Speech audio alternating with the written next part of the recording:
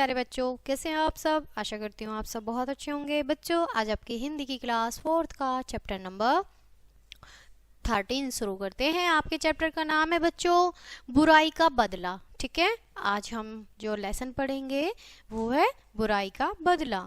आइए पाठ का सार पढ़ लेते हैं कि हमारा जो ये पाठ है कि उसमें क्या दिया गया है। ठीक है, प्रस्तुत कहानी में बताया गया है कि बुरे लोगों का डटकर मुकाबला करना चाहिए, क्योंकि बुरे लोगों में डटकर मुकाबला करने का साहस नहीं होता है। जो बुरे लोग होते हैं बच्चों, उनमें डटकर मुकाबला करने में मतलब वो सक्षम नहीं होते हैं, और जो अच्छे लोग होते हैं वो सक्षम होते हैं, है ना।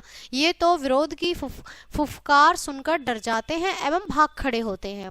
आइए कहानी को पढ़ते हैं। चलिए कहानी शुरू करते हैं बच्चों।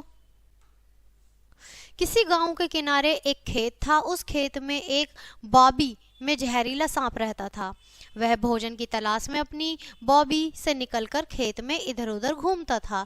तो बच्चों, ये जो बॉबी कहा गया है ये सांप के बिल के लिए कहा गया है। जो सांप जिसमें रहता है उसका घर होता है, यानी बिल में रहता है सांप, है ना, तो उसको बॉबी बोला गया है। ठीक है, हाँ, यदि कोई व्यक्ति उसके समीप आ जाता है तो उसे काट लेता है। उसके काटने से कई लोग की मृत्यु हो चुकी थी। लोगों ने डर के मारे उस खेत की ओर जाना छोड़ दिया था। एक दिन गांव के कुछ गडरिये खेत में कुछ दूर अपनी भेड़ें चरा रहे थे। उन्होंने देखा कि एक महात्मा जी उस खेत की ओर जा रहे हैं जहां सांप की बॉबी थी।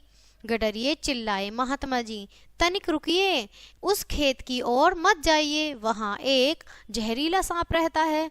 महात्मा जी मंद मंद मुस्कुराए और बोले, चिंता मत करो, मैं सांप को वश में करने का मंत्र जानता हूँ। ऐसा महात्मा ने कहा, और उन्होंने जो वहाँ के लोग थे गांव के, उन्होंने महात्मा जी को रोकना भी चाहा।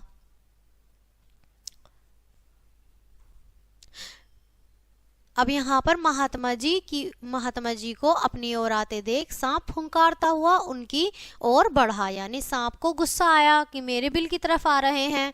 ठीक है, महात्मा जी घबराए नहीं, वह जोर जोर से किसी मंत्र का उच्चारण करने लगे।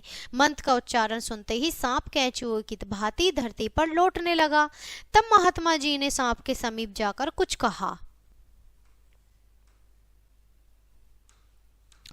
सांप ने पूछा, महाराज अब मुझे क्या करना होगा। महात्मा जी बोले, तुम लोगों को काटना छोड़ दो और मेरा बताया हुआ मंत्र जपते रहो।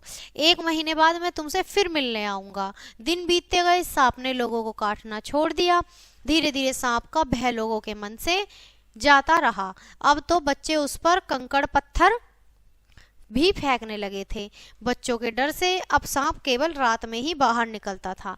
भरपूर शिकार न मिलने के कारण धीरे धीरे वह कमजोर होता गया, यानी अब उसे खाने के लिए भी कुछ नहीं मिल रहा था। ठीक है, और कोई भी गांव का जो जितने भी लोग थे वो नहीं डर रहे थे उससे। इस प्रकार 1 महीना बीत गया। महात्मा जी वापस उसी खेत में आए। सांप ने उन्हें देखकर प्रणाम किया। महात्मा जी ने उसे कमजोर देखकर उसका कारण जानना चाहा। सांप ने उन्हीं सारी बातें सच सच बता दी। महात्मा जी ने सांप को समझाया, बेटा मैंने तो इतना ही कहा था कि किसी का अहित मत करो। मैंने यह कब कहा कि दुर्व्यवहार व अत्याचार करने वालों से अपनी रक्षा न करो। तुम अपना विरोध प्रकट करने के लिए फुंकार तो सकते ही थे। बच्चों, इस कहानी में एक बड़ी सीख छिपी है। हमें बुराई तथा अन्याय को चुपचाप सहन नहीं करना चाहिए, क्योंकि ऐसा करके हम बुराई व अन्याय को बढ़ावा देते हैं। भले ही लोगों की फुंकार ही बहुत होती है, एक बुरे लोगों में डटकर सामना करने का साहस नहीं होता। वे विरोध की फुंकार सुनकर ही डरेंगे और भाग खड़े हो जाएंगे। तो बच्चों, ये थी हमारी एक सांप को लेकर बहुत प्यारी सी कहानी, जिससे हमें सीख मिलती है कि हमें अत्याचार नहीं सहन करना चाहिए और हमें कभी भी ऐसी परिस्थितियां आए तो उनका डटकर सामना करना चाहिए। जो लोग गंदे होते हैं, बुरे होते हैं, वो भाग खड़े होंगे, और जो लोग अच्छे होते हैं वो वहीं डटकर सामना करेंगे। तो बच्चों, ये कहानी, ये पार्ट आपका यहीं खत्म होता है। मिलते हैं आपसे नेक्स्ट चैप्टर नेक्स्ट वीडियो के साथ। तब तक के लिए bye and thanks for watching.